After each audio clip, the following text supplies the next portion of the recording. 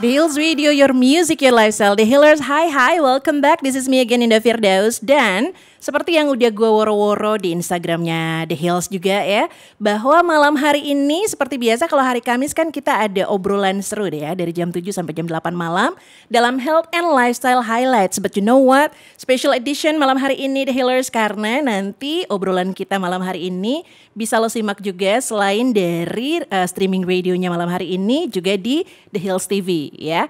Dan pastinya topiknya juga seru banget ya, karena ini ngobrolin isu yang lagi viral banget nih warawiri di sosial media kita ya, terkait dengan isu yang membicarakan ada selebritas tanah air gitu kan, terus juga ada motivator sama pebisnis kondang atau viral juga nih The Healers. Yep, topiknya adalah terkait dengan perselingkuhan, di mana kita bakal ngebahas restore trust after infidelity, atau gimana kita memulihkan rasa percaya pasca ketidaksetiaan. Bersama siapa lagi kalau bukan masih ada Dr. Rahmi Alfiah Nur Alam, dan pastinya juga dengan Ibu Jovita Feliana, seorang master psikologi. Halo, selamat malam. Selamat malam Mbak Indah, apa kabar? Baik. Selamat malam Mbak Indah, selamat malam Dr. Ami. Ya, ini sebelum kita mulai aku mau kasih tahu dulu nih The Healers yang pada saat ini cuma dengerin suara kita, bahwa di depan aku nih ada dua narasumber yang luar biasa cantik banget ya. Jadi memang benar-benar special edition nih ya, Dr. Ami sama Ibu Jo ya. Oke, kita bakal ngebahas apa sih malam hari ini? Selamat malam The Healers dimanapun berada. Mbak Indah, aku ucapin dulu selamat menyambut Lebaran Idul Adha. Yep. Ya, semoga semuanya makin bertakwa dan saya pikir hari ini kumpul-kumpul semuanya ya. The Healers mungkin nggak bisa lihat saya, tapi hari ini saya pakai baju kaftan warna putih dan narasumber saya yang cantik luar biasa ini makin muda loh, Ibu Jovita ya, master psikolog yang luar biasa, warawiri sana sini di mana-mana aja Pak jadi pembicara, dan malam ini 40 atau 50 menit ke depan kita bersama beliau. Apa kabar? Halo Dr. Ami, aduh cantik dan anggun luar biasa. Terima Kabar saya baik. Oke Mbak Indah, Iya. Gimana mengembalikan rasa kepercayaan setelah diselingkuhin pasangan gitu ya. Tapi sebelum kita bahas itu kenapa dan bagaimana, kita tanya sama pakarnya ya. Bu Yovita, itu sebenarnya perselingkuhan itu apa? Apakah ketidaksetiaan atau pengingkaran atau apa dalam bentuk pemikiran aja atau ada dengan tingkah laku atau dengan kontak fisik gitu. Terus apa saja? Apakah perselingkuhan itu dalam ikatan cuman kekasih pacaran atau tunangan, atau dia sudah resmi sebagai pasangan suami istri? Biar jelas buat kategorinya anak-anak kategorinya gitu loh. Yang disebut perselingkuhan itu seperti apa sih? Oke. Silahkan. Ya, jadi kalau kita bahas perselingkuhan ini adalah selalu yang jadi hot topics ya, karena emang nggak pernah selesai. Dan kalau kita lihat makin kesini itu makin banyak banget ya kan. Dan bahkan sempat ada quotes ya, bahwa mana ada sih cowok yang nggak selingkuh? Pastilah semua cowok itu selingkuh, cuman intinya kamu tahu apa nggak aja. Nah, ada yang seperti itu kan. Nah, tapi ternyata kan nggak semua bisa kita generalisasi seperti itu. Nah, oleh karena itu kita balik nih, sebetulnya perselingkuhan itu apa sih? Nah, kalau dari asal katanya sih perselingkuhan adalah bentuk pengingkaran komitmen yang sudah dibangun bersama ya. Jadi pengingkaran komitmen, namanya komitmen itu komitmen terhadap apa sih? Terhadap kesetiaan tentunya. Nah, kalau kita bilang komitmen terhadap kesetiaan berarti artinya berarti kan sudah pernah ada nih ya yang namanya aturan-aturan ataupun hal-hal yang sudah kita bicarakan sama pasangan, yang mana sih kira-kira yang memang itu akan menyakiti hati kita, menyinggung hati kita, yang kemudian kita jaga sekali dalam suatu hubungan, itu sebetulnya sudah dibicarakan. Nah, tapi kalaupun tidak dibicarakan, nah secara umum sebetulnya tadi pengingkaran terhadap kesetiaan atau komitmen yang sudah dibangun itu sebetulnya bentuknya juga umum ya. Jadi satu, dalam hal apa sih tadi Dr. Ami sempat bilang, apakah itu dalam hubungan pacaran juga berlaku atau kan hanya sudah suami istri baru berlaku ya. Kalau kita bicara soal hubungan, sebetulnya memang semua hubungan. Kalau suami istri ya memang itu sudah pasti, karena itu sudah dalam suatu hubungan yang sakral ya kan. Apalagi sudah di depan hukum agama, kemudian keluarga dan juga masyarakat dan negara serta diri kita sendiri, itu sudah pasti.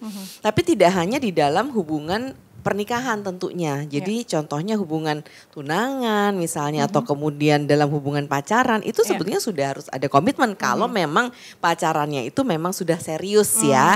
Jadi memang sudah diikrarkan kita pacaran yang emang serius nih, yang memang untuk menuju jenjang tunangan atau pernikahan seperti itu. Nah tadi juga menarik nih yang tadi Dokter Ami sampaikan bahwa batasannya seperti apa sih gitu. Nah kalau kita ngomong batasannya berarti kita akan bicara nih tentang bentuk-bentuk sebetulnya perselingkuhannya apa aja ya.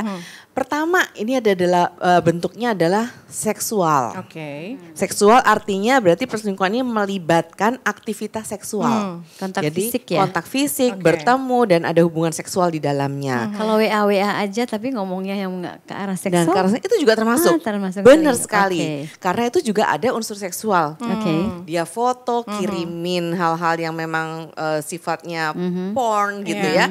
Dan kemudian biasanya juga mengirimkan bagian-bagian tubuh diri sendiri atau kemudian ada hasrat menggoda walaupun itu dengan bibir dan sebagainya itu sudah termasuk di dalamnya.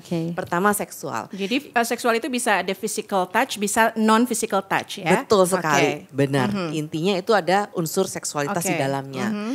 Kemudian yang kedua adalah sifatnya atau bentuknya adalah yang emosional. Nah, jadi namanya selingkuh emosional nih. Jadi tidak melibatkan unsur seksualitas, tidak juga kemudian ada unsur kemudian aktivitas seksual, tapi dia secara emosional selalu terarah kepada seseorang secara intensif. Misalnya misalnya contohnya ingin update tentang diri dia ke orang tersebut, satu orang itu ya. Atau kemudian menanyakan sudah tidur belum, udah makan belum babe dan sebagainya. Jadi ini biasa terjadi di dalam hubungan yang dunia maya juga gitu ya. Jadi bisa dalam dunia maya, bisa juga dalam dunia nyata gitu. Tapi memang kebanyakan di dunia maya ya dengan aktivitas yang sekarang ini sudah banyak beredar, kita tahu lewat sosial media, lewat dating aplikasi walaupun dia sudah punya istri atau punya suami dan sebagainya. Nah, tapi tidak ada bentuk hubungan seksual atau belum. Nah, terkadang belum nih. Jadi bukan artinya enggak, biasa aja. Jadi emosional dulu tapi mereka belum ya. Nah, yang ketiga adalah yang memang bentuknya adalah perpaduan di antara keduanya. Jadi ada seksualitasnya, ada emosionalnya gitu. Nah, kalau dibilang yang mana yang lebih parah? Nah, ini ya. Ada yang bilang emosional lebih parah lah karena walaupun dia enggak ketemu tapi kan secara hati dan pikirannya selalu mengarah ke dia. Iya benar. Jadi kadang dia itu walaupun sama keluarganya, sama istrinya tapi pikirannya nggak di situ, ya kan? Nah biasa terkait udah sama selingkuh emosional ya. Betul sekali. Jadi badannya di keluarga tapi sebenarnya pikirannya udah ke someone else. Benar. Jadi dalam waktu aktivitas berkeluarga pun dia akan selalu memegang handphonenya, chatting, kemudian kirim-kirim gambar, apapun itu dilakukan. Jadi hatinya nggak di situ gitu. Oke. Ya, berarti ada 3 ya. Betul. Batasan yang dikategorikan sebagai perselingkuhan, either itu seksual, emosional atau both ya. Kombinasi dari seksual sama emosional. Dan sama parahnya ya, jangan bisa kita taker yang ini lebih parah enggak, sama-sama. Semuanya ada dampaknya ya. Betul, ada dampaknya. Ya itu tadi Dokter Ami ya, berarti sudah ada batasan-batasan perselingkuhan itu seperti itu ya. Ternyata dia adalah pengingkaran komitmen, baik yang mau dalam hubungan pacaran maupun pernikahan apalagi. Dan ada batasannya itu tadi ya. Nah ini kalau dari aku sih udah ada langsung pertanyaan masuk nih dari The Healers ya. Penyebabnya apa sih Ibu Jovita? Oh ya sama nih, faktor penyebab perselingkuhan tuh apa sih? Iya, jadi kalau kita ngomong penyebab itu sebetulnya banyak faktor ya. Yang pertama, kalau kita mau lihat ini bisa berasal dari si pelaku gitu ya, si yang melakukan. Itu ada satu dari faktor kepribadian.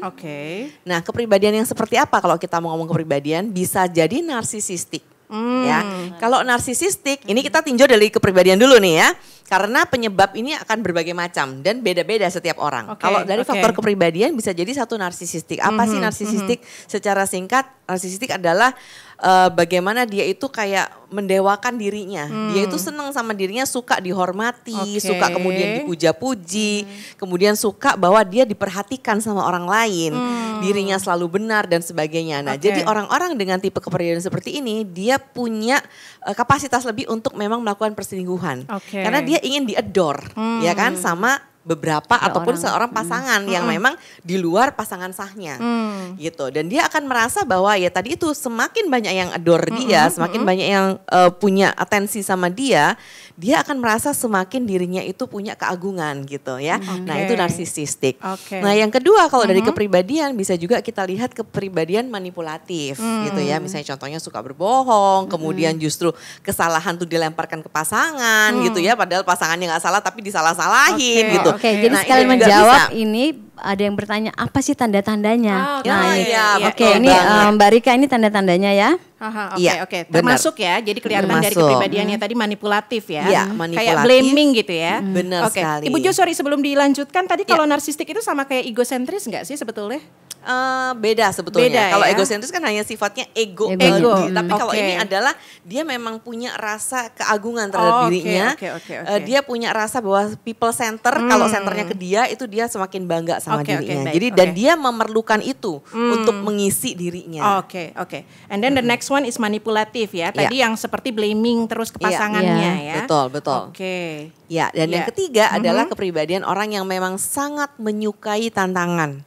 Tapi tantangannya ini kemudian diakumulasikan dalam bentuk tantangan yang dalam hal hubungan romantisme tadi. Gitu. Kan ada orang yang suka menantang tapi kan sifatnya alam, mendaki gunung dan sebagainya gitu kan ya. Mungkin yang menyangkut pertanyaan bahwa apakah seseorang selingkuh itu bisa berulang. Nah itu nanti ada penjelasannya ya. Oke, berarti kalau kita balik dulu ke kepribadian nih, suka tantangan itu berarti kayak dia menikmati adrenalinnya pada saat misalnya harus melakukan itu ngumpet-ngumpet. Bener banget, ngumpet-ngumpet, kemudian gak ketahuan gimana caranya, bisa membohongi pasangan, itu meningkatkan adrenalin dia. Itu yang dia suka ya. Betul, belum lagi kalau misalnya contohnya ya dengan tingkat adrenalin yang lebih tinggi, dia akan cari orang yang justru punya pasangan. Yang udah punya suami, udah punya anak atau udah punya istri, punya anak, karena itu kan semakin challenging buat dia. Iya. Wow, alright. Jadi kalau dari kepribadian penyebab itu tadi ada 3, narsistik, manipulatif, dan yang suka tantangan. Penyebab lain selain kepribadian adakah? Secara kepribadian itu bisa dari hubungan keduanya. Misalnya contohnya adalah komunikasi yang kurang kuat nih ya, atau jarangnya komunikasi, kemudian keterbatasan komunikasi tadi ya berkaitan sama komunikasi. Kemudian yang ketiga memang ada masalah komitmen. Karena ada orang-orang tertentu yang memang dia itu tidak merasa komitmen itu penting gitu. Nah, jadi merasa bahwa ya udah kalau misalnya ini kan that's it, aku sudah ngasih kamu uang bulanan misalnya ya. Si istri juga misalnya aku udah kasih sediain kamu sarapan misalnya. Ingat kita berbicara tentang perselingkuhan tidak hanya dari satu sisi. Bisa saja yang selingkuh ini bisa cowok ataupun bisa juga cewek gitu kan ya.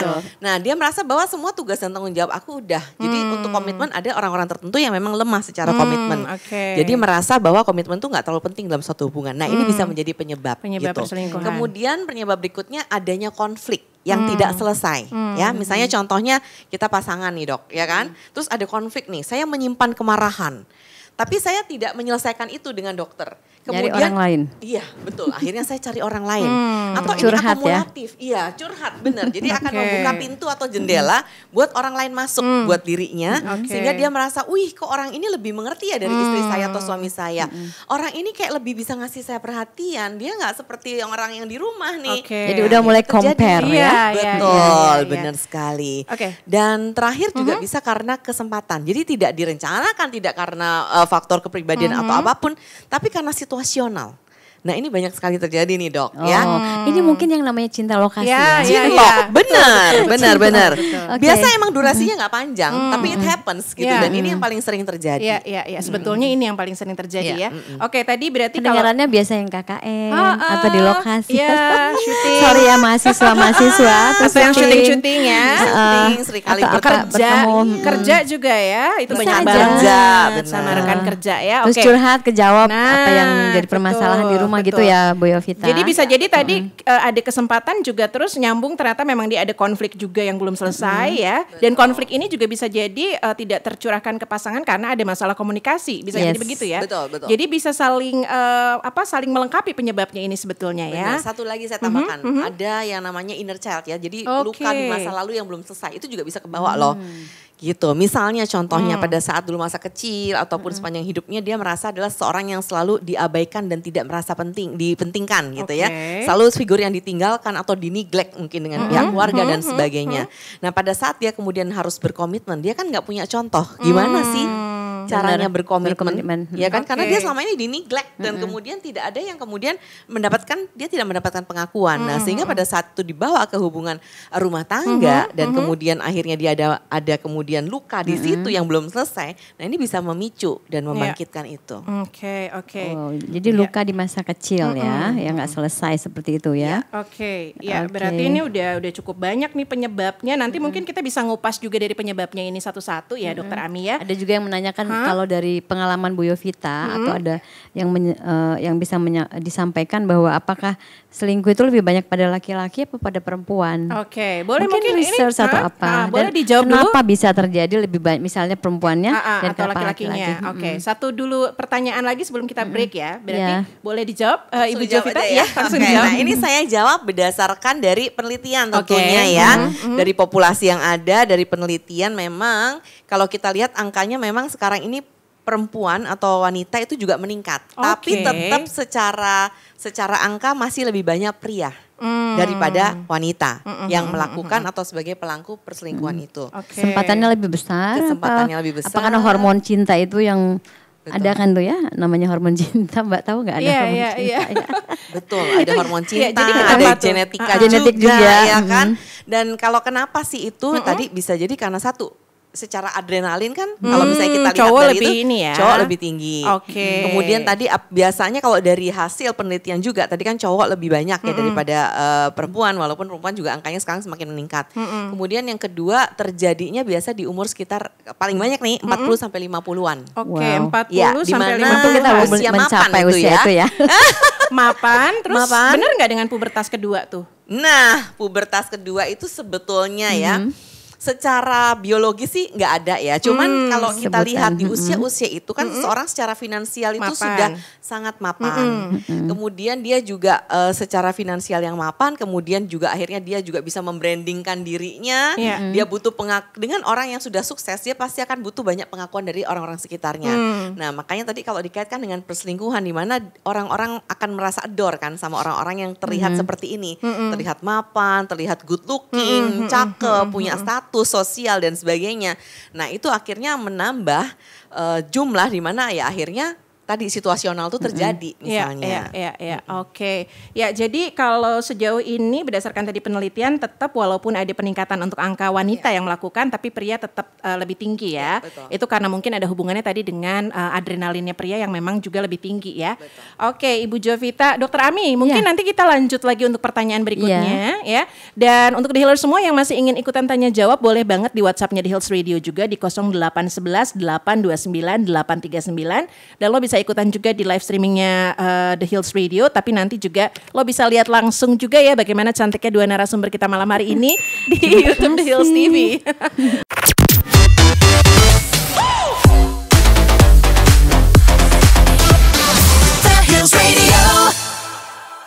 Oke, baik lagi The Healers, kita balik lagi bakal ngobrol masih di Health and Lifestyle Highlights dan hari ini kita masih ngebahas topik yang seru banget di mana ini topik yang lagi viral juga, bagaimana kita memulihkan rasa percaya pasca ketidaksetiaan ya. Dan tadi sudah dibahas sama Ibu Jovita terkait yang disebut dengan perselingkuhan itu apa, terus batasannya apa aja dari mulai selingkuh seksual, emosional atau kombinasi keduanya dan penyebabnya apa aja ya. Oke, silakan Dokter Ami, apakah ada pertanyaan lagi yang masuk nih dari The Healers? Silakan. Terima kasih Mbak Indah. The Healers, kita sambung lagi ya dengan narasumber kita yang cantik, Bu Yovita.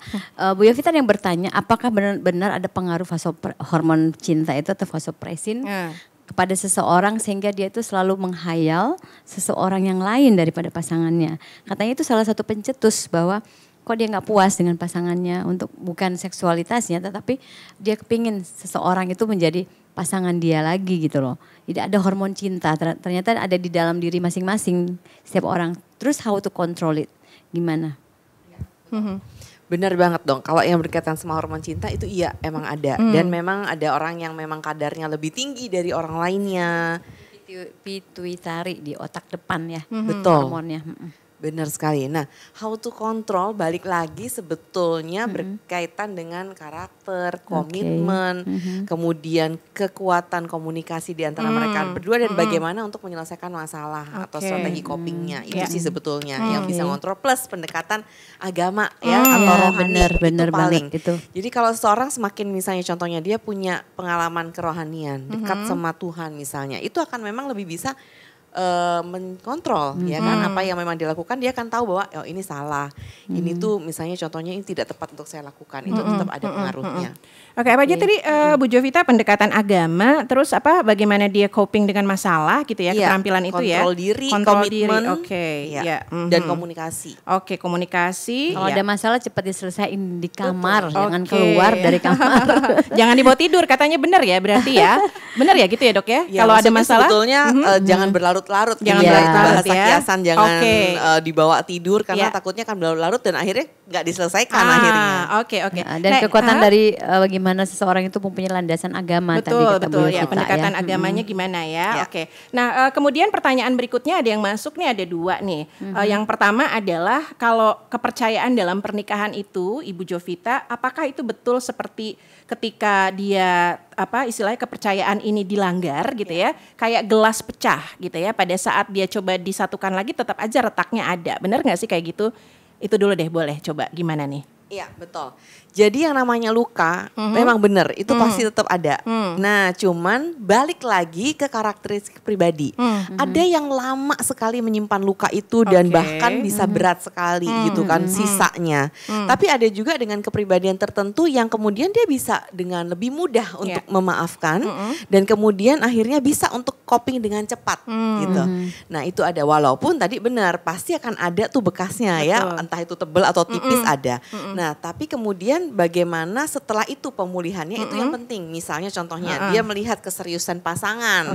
Dalam hal ini seberapa seriusnya sih pasangan untuk memperbaiki diri sebagai komitmen lagi berarti komitmen ya. lagi berarti. Kemudian ada nggak hal yang memang bisa perbaikan dari hal tersebut. Makanya setiap kali ada suatu peristiwa perselingkuhan dan itu memang diselesaikan, saya sarankan memang harus selesainya benar-benar selesai nih. Dan nggak mengulang ya. Benar, karena kalau enggak akan terjadi pengulangan atau repetition di kemudian hari. Ya Menyalahkan mungkin nggak dalam waktu pasangan. dekat ya, tapi bisa aja ntar 3 tahun kemudian atau 5 tahun kemudian akan berimbas lagi karena memang tidak selesai core-nya atau penyebabnya itu apa. Nah makanya di sini kayak konselor, psikolog itu memang diperlukan sebagai tenaga profesional karena kita akan melihat misalnya contohnya ada 5 orang lah yang berselingkuh kemudian dia datang, itu bisa jadi penyebabnya core-nya itu berbeda-beda. Nah makanya ini harus yang sampai kupas tuntas selesai. Akan berbeda kalau ternyata core-nya ini adalah hubungan komunikasi yang jelek nih, yang gak bagus.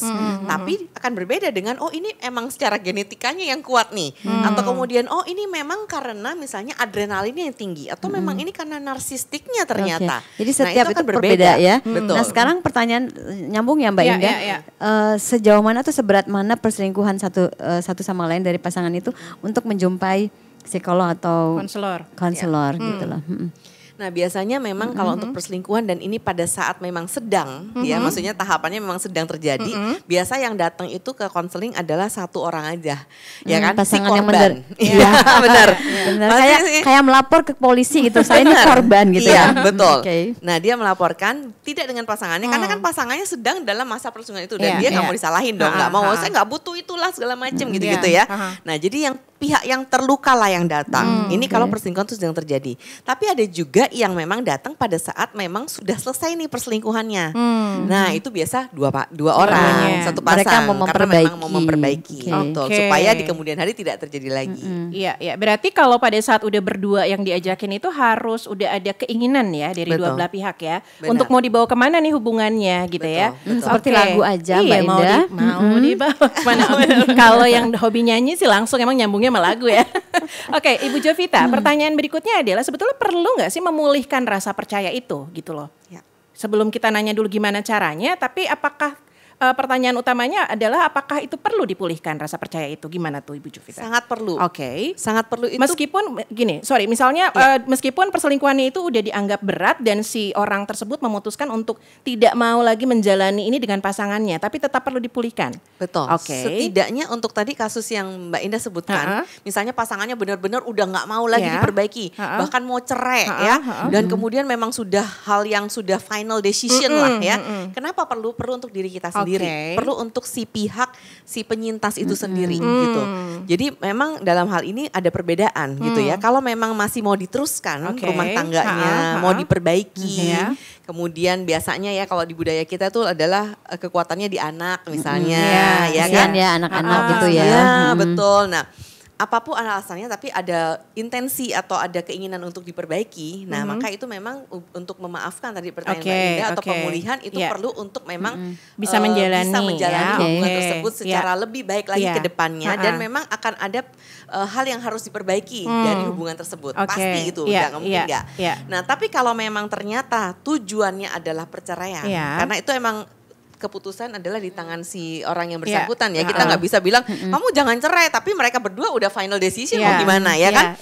Nah kalau memang ternyata memang keputusan dari kedua belah pihak dan itu sudah dipikirkan matang-matang dengan segala kemungkinan, akibat, efek ke depan, konsekuensi ke depan dan emang final decisionnya memang mau bercerai, ya nggak masalah juga bercerai. Tapi setidaknya pemulihan itu tetap berguna untuk diri dia sendiri. Supaya apa? Supaya ke depannya misalnya dia akan menjalin hubungan lagi yang baru dengan orang lain atau dengan orang-orang sekitarnya lah, setidaknya itu sudah menjadi hubungan yang kemudian dia menjadi lebih percaya diri kembali. Dan yang paling baik adalah untuk dirinya sendiri, karena biasa dari korban perselingkuhan adalah dia mengalami penurunan kepercayaan diri. Biasanya kan ada di fase di mana dia menyalahkan diri. Aku salah apa ya? Aku kurang apa ya? Apa kurangnya aku dibandingkan si cewek itu atau cowok itu? Apa dalam psikologi itu purmi? Kasihan aku. Apalagi kalau kemudian dengan si korban yang seperti ini terus dapatnya orang yang manipulatif tadi pasangannya lebih jadi lagi. Ya emang ini salah kamu, semua keburukannya dikeluarin ya. Nah itu lebih lagi. Nah makanya pemulihan untuk diri sendiri, untuk memulihkan rasa percaya dirinya, untuk memulihkan self esteemnya dan untuk bagaimana dia bisa nanti beradaptasi dan bergaul lagi dengan orang-orang di sekitarnya. Oke. Ya jadi intinya sih tetap ya, baik tujuannya mau lanjut maupun mau pisah, tetap harus dilakukan pemulihan itu. Nah pertanyaan berikutnya, apakah cara pemulihan rasa percayanya itu akan berbeda pada saat si penyintasnya ini memilih untuk lanjut atau untuk berpisah? Apakah cara pemulihannya sama atau beda nih Bu Jovita? Sebetulnya sama, pada dasarnya sama. Cuman kalau untuk yang nanti akan bergabung kembali atau kemudian akan melanjutkan hubungan rumah tangga kembali, ya akhirnya harus dua-duanya. Jadi berdua dan kemudian ada tujuan yang memang bersama dilakukan gitu. Tapi kalau memang sendiri ya memang untuk diri sendiri, paling enggak sama anaknya. Karena kalau misalnya contohnya kita yang si penyintas nih misalnya ya, dia dengan punya kepercayaan diri yang sudah pulih, kemudian dia bisa memulihkan self esteemnya, dia pasti juga akan bisa menata kembali nih untuk pola asuh dengan anaknya, bagaimana kemudian melanjutkan hidup bersama, itu akan lebih baik gitu dibandingkan kalau dia tadi purmi itu, dia menyalahkan terus bagaimana dia kemudian mau mendidik, membesarkan dan kemudian memberikan kasih sayang yang optimal kepada anaknya. Kalau dia sendiri juga kantong kasih sayang dan kepercayaan dirinya juga kurang. Oke. Nah, berarti pertanyaan yang mungkin menjadi kuncinya dari obrolan kita malam hari ini adalah gimana Ibu Jovita cara memulihkan rasa percaya itu tadi? Apa yang harus dilakukan? Ini pertanyaan sama dari Bu Gracia. Betul. Ini kalau untuk yang saya bahas yang mau kembali dulu ya. Berarti kita kalau ada memang mau dua tujuan. Ini, betul. Kalau memang hubungannya bertujuan mau akur kembali, balik kembali. Nah itu yang pertama memang ada tahapannya. Yang pertama adalah tahap menemukan masalah. Ini yang harus ditemukan ya, karena tadi find the problems. Karena kita nggak bisa, ya udah ya nggak usah dibicarain ya, nggak usah dibahas lagi ya. Nah itu nanti kan berulang gitu kan. Tadi kita harus tahu masalah core-nya kenapa itu bisa terjadi, itu penting gitu. Apakah tadi emang karena situasional atau emang karena faktor kepribadian, itu kan berbeda. Pokoknya gitu dari faktor penyebabnya harus dicari tahu dulu ya. Di breakdown dulu. Nah itu. Nah dari situ kemudian setelah faktor sudah tahu masalahnya apa, core-nya apa, dan kemudian nanti bisa ke tahap selanjutnya, yaitu tahap ya berduka itu pasti ada. Tahap merasa sedih, marah, kecewa, nggak percaya lagi, hancur berkeping-keping, itu di tahap yang kedua. Ini harus dilewatin? Iya, ini harus dilewatin pasti gitu kan. Nah di tahap yang kedua ini yang terpenting adalah, kalau saya bilang ya untuk si korban atau penyintas adalah, dia nggak boleh sendirian. Jadi boleh sendirian. carilah lingkungan yang terbaik yang menurut kamu atau Anda bisa mendukung atau memotivasi kamu.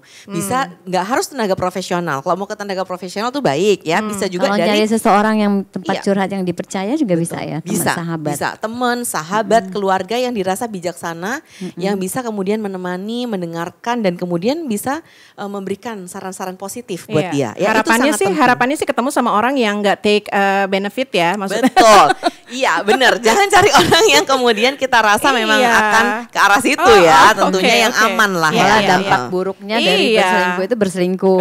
Nah, dia korban kan merasa jadi terus dapat seseorang yang bisa jadi shelter yang dia berselingkuh. Betul ya. Itu bagus banget karena emang banyak terjadi kayak gitu. Iya kan? Iya. Ceritanya ke lawan jenis, kemudian ternyata emang ada udang di balik batu kan. Ya kan? Karena dimanfaatkan dong kesempatannya. Jadi banget. Intinya sih ketika masa berduka itu dia nggak boleh sendiri, harus cari lingkungan yang positif dan cari orang-orang yang memang bisa menjadi tempat untuk dia mencurahkan perasaan ya. Betul. Nah setelah itu dia lalui dan memang ini adalah tahap terlama dari perselingkuhan, tahap kedua ini. Nah setelah itu terjadi maka dia baru bisa mulai beradaptasi dan ke tahap berikutnya yaitu mulai memaafkan.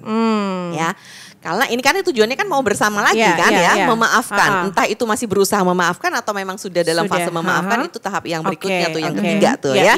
Nah di tahap memaafkan pasti akan ada hal-hal yang harus dikaji ulang kan tentunya ya. Misalnya apa? Misalnya contohnya dia harus tahu bahwa pasangannya ini memang akan memang balik sama dia dan akan mau memperbaharui hubungan ini ke arah yang lebih baik. Dia tahu apa yang hal-hal yang positif yang bisa dipertahankan dan sebagainya. Dan dia juga dalam hal memaafkan ini memang hal yang saya tahu bahwa tidak mudah karena tadi seperti pertanyaan Mbak Indah, apakah gelas yang sudah pecah kalau dilem lagi bisa mulus lagi kan pasti akan ada retaknya ya. Jadi memang perlu proses dan tahap memaafkan ini biasa nggak selesai di tahap ketiga. Ini akan kebawa terus, tapi sepanjang perjalanan ini akan semakin memulihkan kalau ke depannya yang dilakukan pasangan dan juga orang-orang sekitar dan pemulihan dirinya positif. Nah tahap ketiga selesai, baru kemudian tahap keempat yaitu tahap untuk reconnecting hubungan itu kembali. Ya, artinya berarti komitmen itu harus di-set ulang lagi. Kemudian harus diingatkan kembali dan gitu mungkin ya. gak mengulas masa-masa lalu jangan luka yang lama itu ya. Boleh kan udah selesai tuh di tahap pertama tuh ya. Karena itu ke arah yang forgive. Sekarang to forget. Bener, bagus banget kata-katanya dok. Bener. To forgive and forget. Meskipun mungkin kalau honestly nggak bisa benar-benar forget ya, tapi try to ya kan. Try to forget. Reconnecting, mengeset ulang komitmennya. Iya, ngeset ulang komitmennya. Terus kemudian ini mau dibawa kemana? Apa yang harus diperbaiki? Misalnya, komunikasi kita mungkin karena kita sama-sama sibuk, kita jarang komunikasi, makanya ini yang menyebabkan kita nggak deket satu sama lain. Nah, berarti sekarang harus ada quality time dong, ya kan? Nah, itu yang harus diset ulang. Nah, itu ada di yang tahap keempat ini, yaitu untuk membangun ulang hubungan itu kembali. Oke, baik. Ini berarti baru yang kalau intentionnya adalah untuk lanjut dalam hubungan ya. Wow, panjang ternyata ya. Oke, sekarang kalau yang pengen pisah, memutuskan kayaknya pasangan gue udah nggak bisa dibenerin gitu ya. Udah give up with this relationship, I should move on. Tapi kan perlu mengembalikan atau memulihkan rasa percaya. Gimana how-nya nih? Iya, betul. Nah bedanya sebenarnya tahap pertama kedua kan masih sama ya, tetap misalnya contohnya dan kedua tetap sama betul. Ya.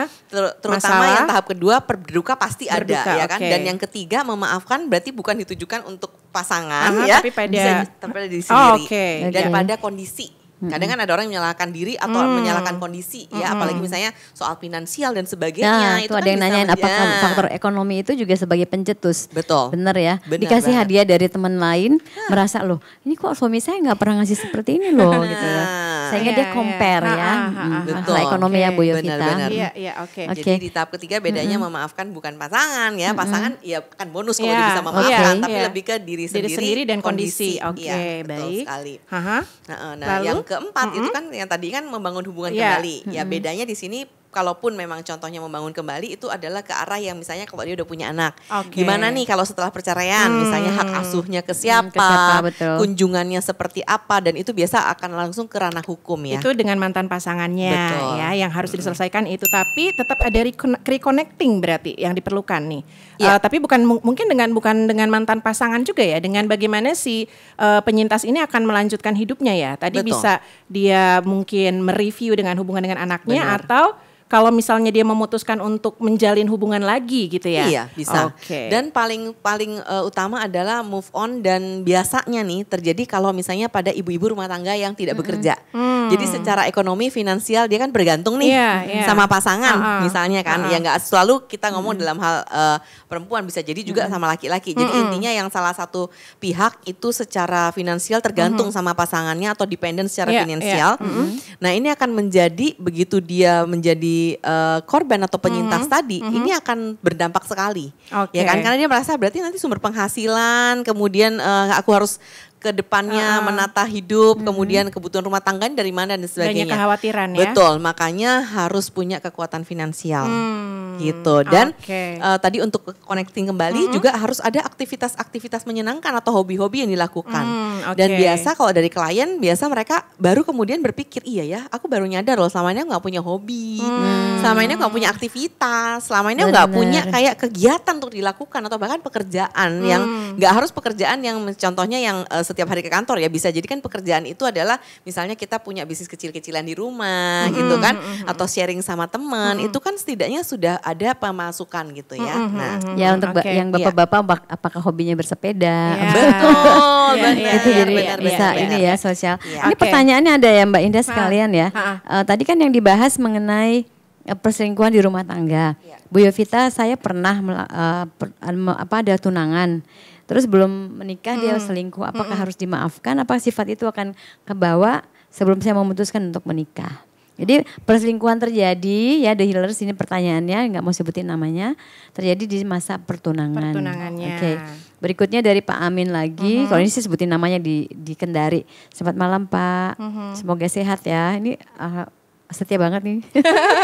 Ini pendengar setia. Oke Bu Yovita, selamat malam. Jadi pelaku selingkuh itu apakah bisa diobati? Nah, betul. Kemudian apakah bisa dirubah pola pikir seperti yang Ibu tadi terangkan tentang hubungan keluarga yang baik? Oke. Ini kayaknya ke arah pemulihan ya. Iya betul ya. Silahkan. Ya. Sama ada pertanyaannya suka mirip-mirip nih. Apakah kambuhan ya atau tadi ada yang nanya kan ada yang istilah cheater will always be a cheater gitu ya. Apakah benar gitu ya? Berarti sama ya ini pertanyaannya. Apakah kambuhan atau enggak gitu ya? Oke. Tapi yang pertama tentang pertunangan yang tadi terjadi perselingkuhan. Apakah dia terusin apa dia harus berhentiin stop di situ aja? Karena baru ketahuannya pada tahap atau putus sambung. Nah. Gimana nih Bu Jo? Atau gak jadi married tuh. Makanya silakan. Iya, nah jadi sebetulnya untuk menjawab ini perlu dilakukan ada dua hal nih ya. Satu, kita akan lihat bahwa kan kita nggak pernah tahu nih si tunangan ini dia cheating atau dia berselingkuh ini tadi core-nya tuh karena apa, ya kan? Akan berbeda kalau misalnya dia situasional kah, terus sudah berapa lama, sedalam apa cheatingnya, seberapa banyak bohong, itu semua berpengaruh. Nah jadi kalau untuk tahu pasti mendingan datang ke psikolog ya, dan akan ada memang tes kepribadian. Nah ini sangat penting. Keduanya? Keduanya. Saya sangat menghimbau untuk para pasangan yang sudah tunangan gitu ya, atau bahkan mau ke jenjang pertunangan misalnya itu serius, itu melakukan tes ini. Kepribadian. Iya, karena di situ akan tahu ternyata misalnya contohnya ya potensinya atau ke arah mana dia, kepribadiannya tipe yang mana, sehingga seberapa besar untuk melakukan itu, setidaknya udah siap gitu. Jadi bukan artinya jadi kalau ketahuan akhirnya saya enggak, setidaknya kamu tahu dan kamu udah lebih siap gitu. Dan aku tadi baru mau komentar kalau gitu nggak jadi tunangan. Aku pernah dapat sedikit pencerahan ya dari Marike van Leet dari Belanda. Dia adalah konseling untuk pernikahan. Nah seseorang itu satu pasangan itu tunangan tapi nggak jadi menikah. Jawaban dia adalah pertunangan kamu itu berhasil. Pertunangannya berhasil. Iya, karena mengetahui bahwa Anda itu nggak jodoh. Iya. Jadi betul banget. Bener ya. Jadi nggak mesti pertunangan itu harus diakhiri dengan satu pernikahan. Karena sebelum itu udah saling tahu karakter satu sama lainnya gitu. Apa sesuai dengan pemahaman Bu Yovita? Itu sangat sesuai, saya setuju banget. Jadi pertunangan yang gagal bukan berarti dia gagal, tapi adalah kesuksesan dari mengetahui satu sama lain. That's good. Oke. Jadi lebih baik tes kepribadian dulu ya. Nah kemudian menyambung dengan pertanyaan berikutnya nih. Kalau misalkan kepribadiannya udah seperti itu, apakah cheater will always be a cheater? Apakah mereka akan kambuhan atau gimana nih? Oke. Kalau itu memang sudah faktor kepribadian, sorry to say emang akan berulang. Tapi yang membedakan adalah tadi, makanya kenapa harus ada tahap pemulihan. Jadi pada saat nanti akan berulang gitu ya, setidaknya satu dia sudah lebih siap dari sebelumnya. Dan ingat bahwa walaupun saya bilang berulang, tapi nggak ada kata bahwa ini akan nggak pernah insaf, akan ada insafnya. Nah seseorang kalau karena faktor kepribadian insafnya karena apa ya, itu bisa jadi macam-macam. Bisa contohnya ya, memang ada satu tekanan atau pukulan yang teramat sama terjadi pada kehidupannya dan akhirnya menyebabkan dia akhirnya tanda kutip kapok dan enggak lagi gitu ya. Walaupun itu udah jadi kepribadiannya gitu, itu bisa jadi. Bisanya tentang apa? Biasanya nih dari pengalaman ya tentang kesehatannya, tentang kondisi finansialnya, tiba-tiba langsung menurun drastis yang tadinya dia sukses, akhirnya kemudian dia bangkrut gitu ya. Nah itu kan pukulan-pukulan dalam hidup seseorang yang memang unsur stresnya sangat tinggi dan itu merubah diri seseorang. So itu bisa berubah. Bisa jadi. Ya. Nah, kalau nggak karena tadi peristiwa-peristiwa berat dalam hidup bisa nggak? Tetap bisa. Kita selalu punya kepercayaan bahwa setiap orang pasti bisa berubah. Cuman kalau dia karena faktor kepribadian ya memang itu akan ada, tapi setidaknya kita tahu bagaimana menyiasatinya. Nah, makanya kalau ini sudah berhubungan sama faktor kepribadian dan kita tahu misalnya, pasangan saya adrenalin tinggi, dia narsistik misalnya ya. Nah, setidaknya dalam hal strategi akan berbeda kan dengan orang yang situasional. Misalnya contohnya berarti kan karena kamu tahu kamu narsistik, aku juga tahu kalau kamu narsistik misalnya contohnya. Nah jadi kan kamu memang dan apalagi kalau yang tadi punya narsistik terus punya adrenalin tinggi, berarti kan kamu tahu setiap hal yang kamu lakukan baik itu di sosial media atau apa itu berpotensi kamu bisa mancing orang untuk selingkuh sama kamu atau untuk kemudian dekat sama kamu secara emosional kan. So makanya hubungan komunikasi harus lebih dikuatin lagi. Misalnya contohnya kamu jujur aja sama aku kalau memang dia cantik ya, aku kok naksir ya sama dia. Itu malah harus diomongin, jangan dipendam. Karena pasangannya akan bisa menjadi ininya kan, maksudnya yang contohnya dia emang cantik apa segala macam ya, tapi ini ya ingat ya di reminding gitu. Jadi remindernya ya, Nah berarti pertanyaan berikutnya adalah Ibu Jovita, pada saat tadi misalnya kepribadian meskipun akan berubah tapi entah kapan gitu ya, atau ada peristiwa apa harus berubah, kapan seseorang itu bisa give up from the relationship? Ya artinya give up adalah nggak mau balik lagi ya. Misalnya. Satu, biasa kalau udah ada terjadi kekerasan di dalam rumah tangga dan itu sudah membahayakan dirinya. Kekerasan, baik secara fisik maupun mental abuse? Iya. Kalau kita ngomong kekerasan semua statusnya sama nih ya, mau mental mau fisik sama aja ya. Betul, intinya kekerasan domestik ini ya. Betul. And then? Yang kedua adalah ya tadi kalau memang salah satu pihak atau bahkan kedua pihak merasa bahwa memang tidak mau dilanjutkan lagi. Sudah ada mediasi, sudah kemudian ada upaya-upaya yang dilakukan tapi tetap nggak mau ya udah gitu. Karena itu adalah keputusan kan yang memang sudah dilakukan oleh mereka berdua. Berarti kalau misalkan tadi kekerasan secara fisik sih jelas ya Ibu Jovita, maksudnya kekerasan secara fisik. Tapi kalau secara mental kan tergantung orangnya yang menghadapi ya berarti ya. Betul sekali. Tergantung pasangannya. Apakah dia rela aja diperlakukan misalnya diperlakukan begitu atau memang nggak rela gitu kan ya? Benar. Misalnya dengan sama dia aku jadi nggak jadi diri aku sendiri aku jadi takut ketemu orang, aku jadi nggak punya pergaulan, nggak bisa melakukan apa-apa, dikurung di rumah. Ada kan yang kayak gitu, benar-benar dikunci dari luar, dikurung di rumah, nggak boleh ketemu saya. Nah kuat nggak sama hal kayak gitu. Are you happy gitu ya? Will you be happy with this situation gitu ya? Betul. Baik. Dokter Ami, Ibu Jovita, aduh luar biasa kan kita nggak berasa. The Healers terpukau banget sama narasumber kita malam ini dan saya pikir menarik ya, ada yang WA di sini. Waduh berat nih katanya. Terus ada yang menyampaikan seru banget nih yang dibahas katanya itu. Ya seru banget sih soalnya jadi saya bilang juga banyak yang minta ya topik ini ya. Dan kita mujur banget udah dijelasin sebab-sebabnya, terus bagaimana cara menghindari dan bagaimana memulihkan rasa percayanya ya. Jadi sangat mengedukasi untuk kita malam ini 50 menit Bu Yovita yang cantik luar biasa, yang cerdas, menjawabnya sangat lugas dan sangat jelas. Saya juga sampai terpukau. Oke, kalau sangat letih kita mau terima kasih dulu. Kita minum ini ya. Air mineral, batik air mineral karena kesegarannya begitu alami. Oke. Iklan dulu iklan. Oke, Ibu Jovita closing statement dulu kali Closing Dr. Ami statement, ya. silahkan. Oke. Nah, memang adalah hal yang sangat menyakitkan pada saat kita berada di posisi terluka karena sebuah perselingkuhan atau ketidakpercayaan dan itu dilakukan oleh orang yang sangat terdekat kita yaitu pasangan. Tapi bukan berarti kita tidak bisa melalui semua itu, kita bisa melalui semua itu dengan mencari usaha-usaha nyata. Tentunya baik itu melalui tenaga profesional ataupun orang-orang yang masih atau kita lihat orang-orang terkasih kita yang ada di sekitar kita. Sahabat ya. Sahabat misalnya, keluarga, anak atau siapapun itu. Dan tetap tujuannya adalah untuk sebetulnya diri kita sendiri. Untuk pencapaian potensi kita, kebahagiaan kita, jati diri kita, kemudian juga self esteem kita. Itu yang paling penting.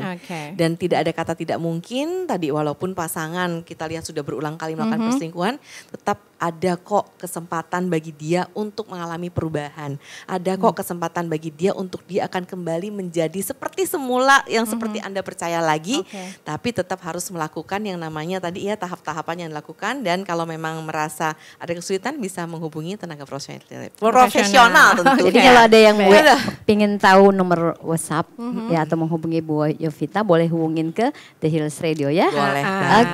Oke. Bagus banget ya. Yes, keren banget ini. Kayaknya banyak yang minta topik ini karena mungkin banyak yang relate juga kali Dokter Ami ya. Tapi kan kadang-kadang malu-malu untuk nanya ya. Maka rata-rata anonim. Saya pikir bukan sesuatu yang tabu lagi untuk kita bicarakan karena ini kan menjadi penyakit di masyarakat juga nggak bagus. Kemudian kita generasi berikutnya juga harus menjadi jauh lebih baik, mempercaya tentang ikatan suatu rumah tangga yang sebenarnya sangat sakral, yang sangat bagus, penuh cinta dan harmoni. Terima kasih banyak Bu Yovita yang cantik luar biasa. Mbak Indah terima kasih banyak di Healers, terima kasih. 50 menit kita bersama dan kita menyapa lagi yang belum saya sapa Mbak silakan. Oke, ada Bu Gracia, Bu Rika di Jogja yang sangat setia dan Lua teman kita ini The Healers di Malaysia. Terima kasih udah disapa katanya. Terima kasih penjelasannya bagus banget. Oke, kita ketemu lagi di Kamis depan jam yang sama dengan topik yang berbeda tapi berharap Bu Yovita masih bisa pasti memberi hati. Oke, kita tutup. Selamat malam The Healers, Bu Yovita, salam buat keluarga. Oke, so once again terima kasih banyak Ibu Jovita dan Dr. Ami tersayang pastinya. So The Healers selalu setia ya dengerin The Hills Radio pastinya setiap hari Kamis dalam Health and Lifestyle Highlights dari jam 7 sampai jam 8 malam. Jangan lupa ditunggu juga di The Hills TV ya untuk edisi kali ini yang episode malam hari ini, alright? So once again stay tuned only on the best streaming radio in Indonesia. The Hills Radio.